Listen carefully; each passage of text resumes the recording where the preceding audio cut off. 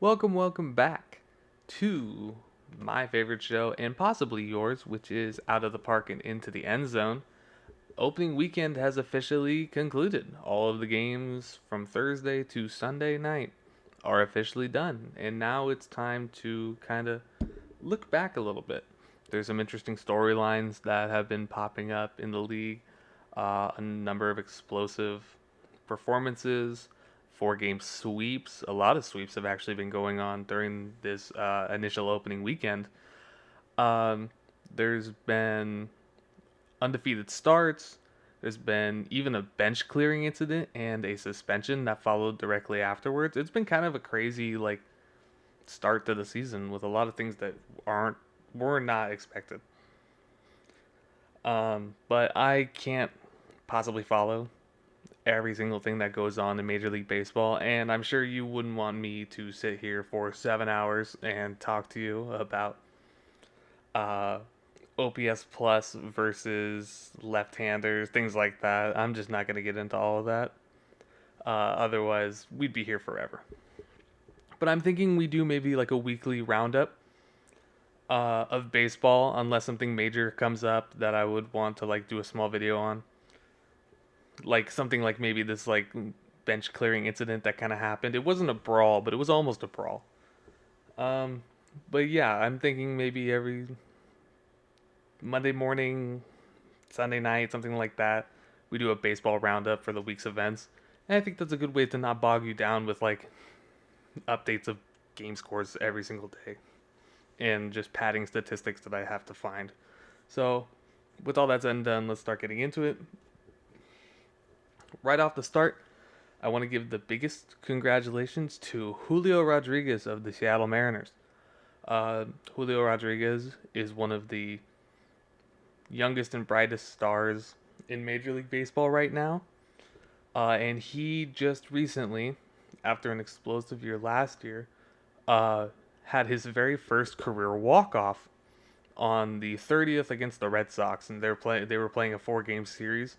That walk-off actually helped lead them to a 2-1 lead in the series, but eventually Boston came back on Sunday and tied it up, so they're both 2-2.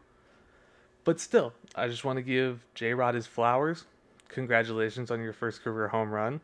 Or the first career walk off, sorry. It was a single, and I believe the 10th inning that walked it off for the Mariners. So congratulations to him.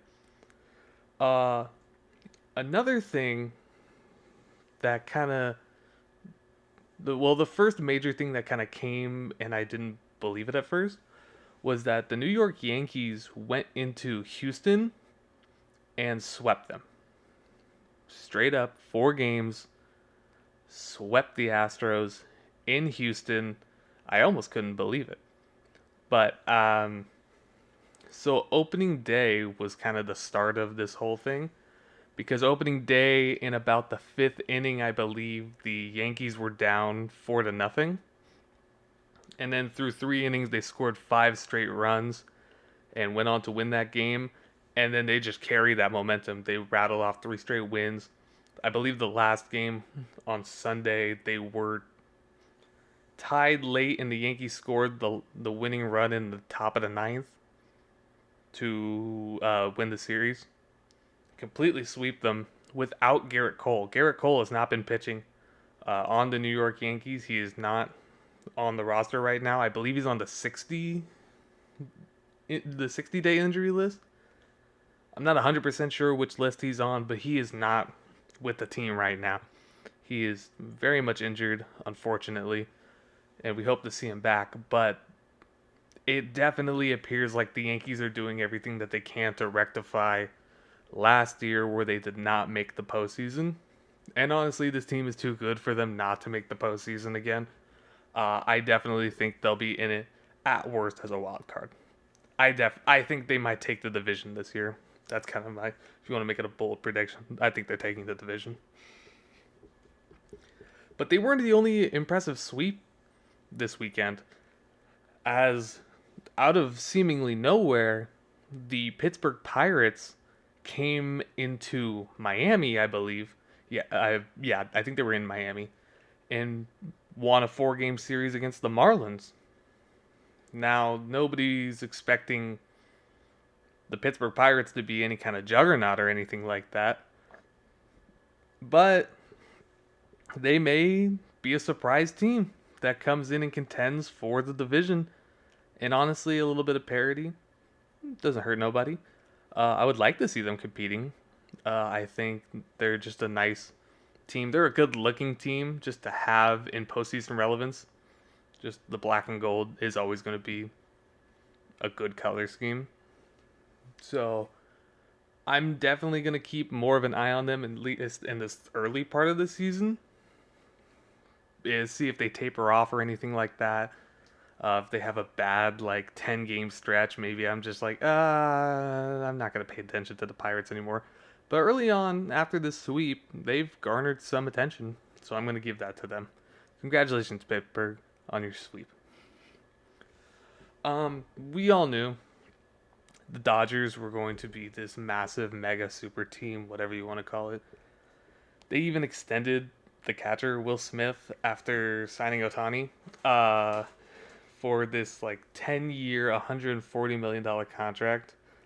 And the thing about 10-year contracts is the team is never expecting to get like all of the value for that 10-year contract. Usually, a player may never play more than 6 of those years for the team that originally signed them to that extension, because you have to imagine how long it takes before the team loses team control of that player. And then finally, once they're like an unrestricted free agent, you give them a 10-year deal. They're probably already like close to 30-ish.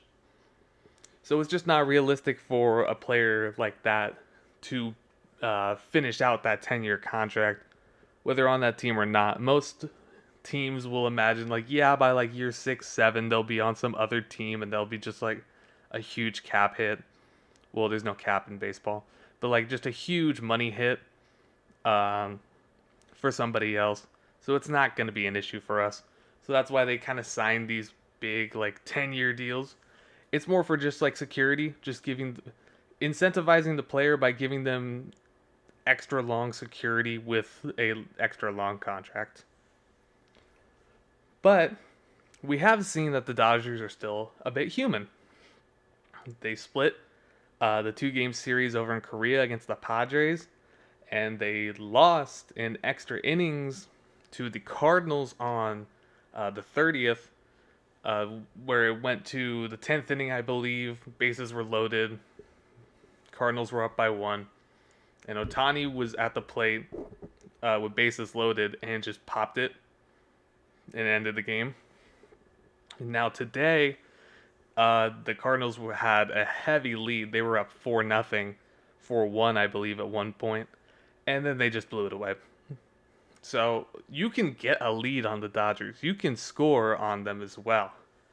I just want to make that apparent that to everybody that's just like, the Dodgers are just like, they're obviously gonna make the postseason, but they're not cemented as this like super team that's gonna just win it all, no contest or anything like that.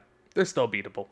I still think they're beatable in like a 3 game series, 5 game series, 7 game series. I still think they're beatable. As for my Giants, I'm happy to announce that all the players that we brought in during the free agency period have been playing well, or at least to the level that we expected them to.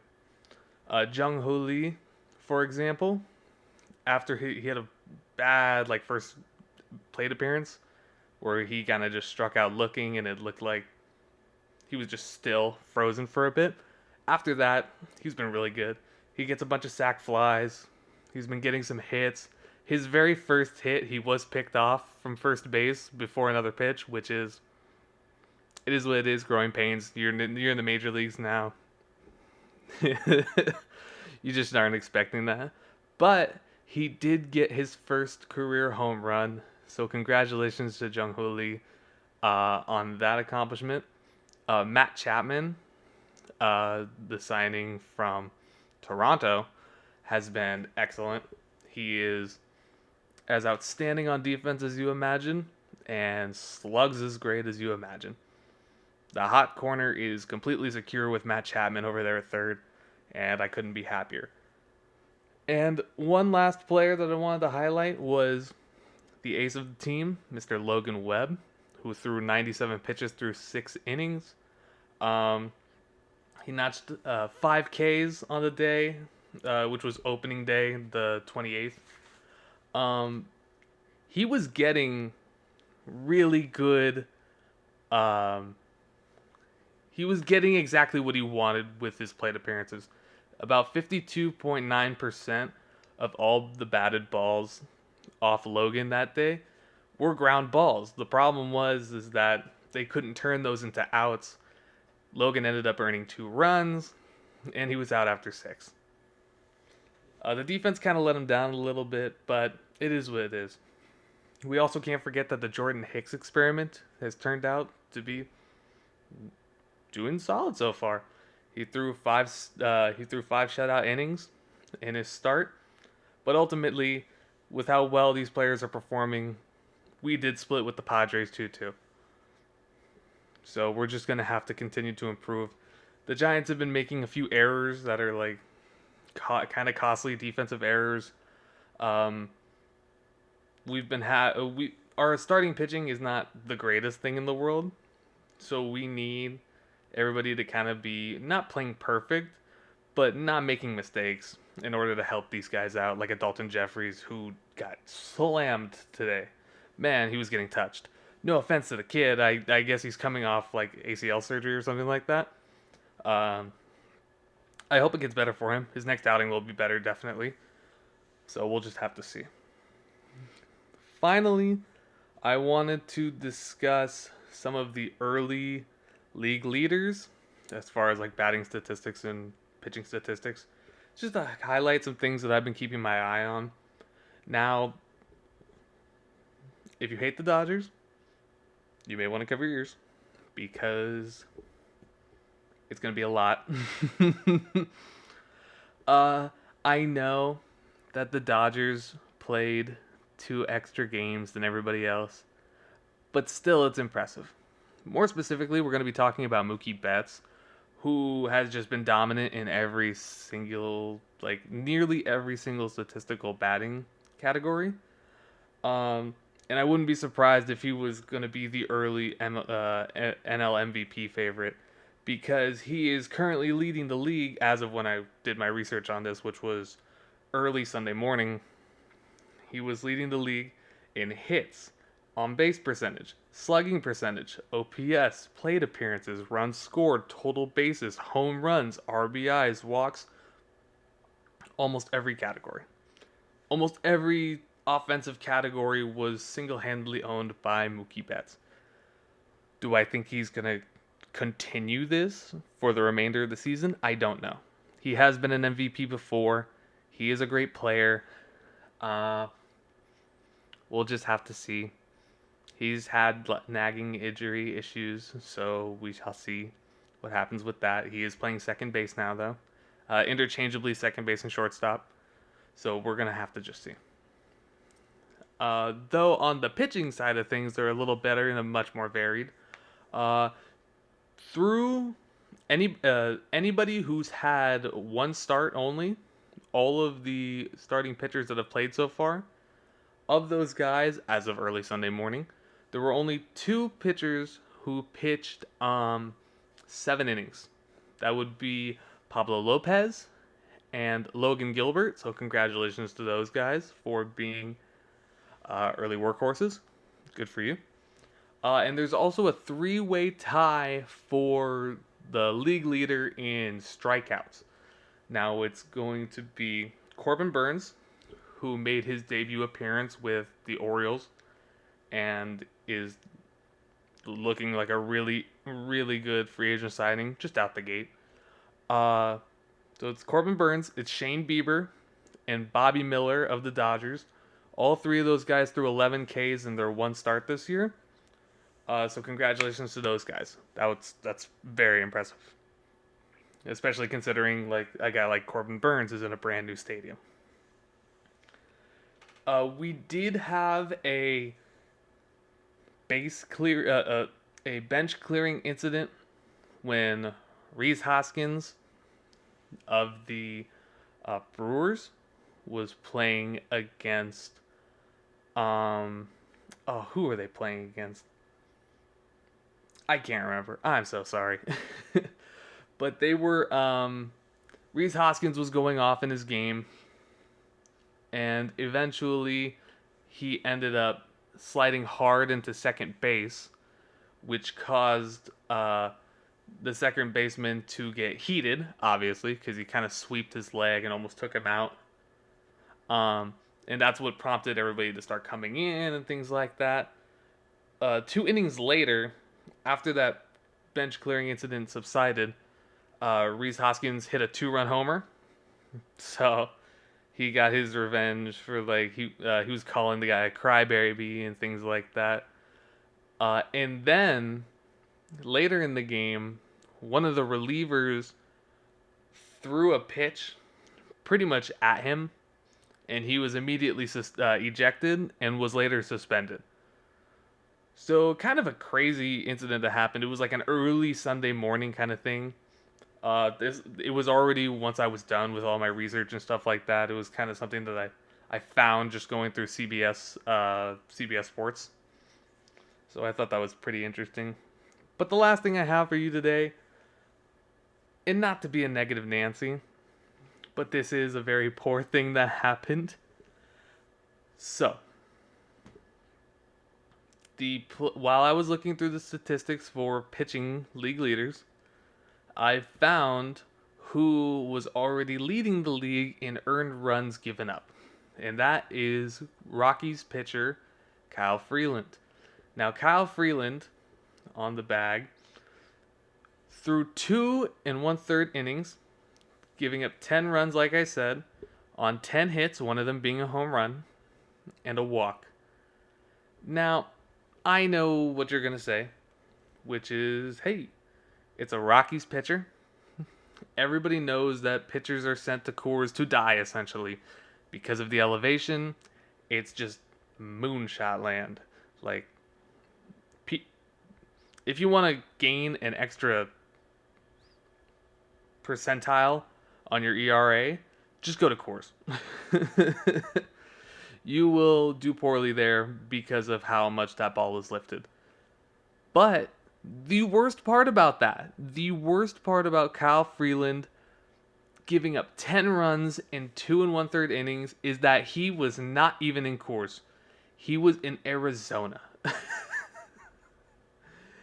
He was in Arizona and for opening day and gave up. It was like 16-1 against the Arizona Diamondbacks. Oh, it was a disaster.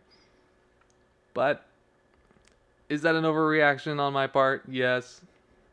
He's definitely not that bad. But that's everything I have for you to kind of recap the opening weekend of Major League Baseball. I'm happy that baseball's back and in full swing. I'm even more happy that I get to share it with you. And I want to thank you very much for staying with this and watching as I give updates as often as I can. We're going to be keeping our eye on what goes on through the baseball season. And also, we will touch on major events and key points that happen through the NFL season as well. We have the draft coming up within a couple weeks, and it's just an exciting time. So I hope you will continue to join me. Until next time, have a good day.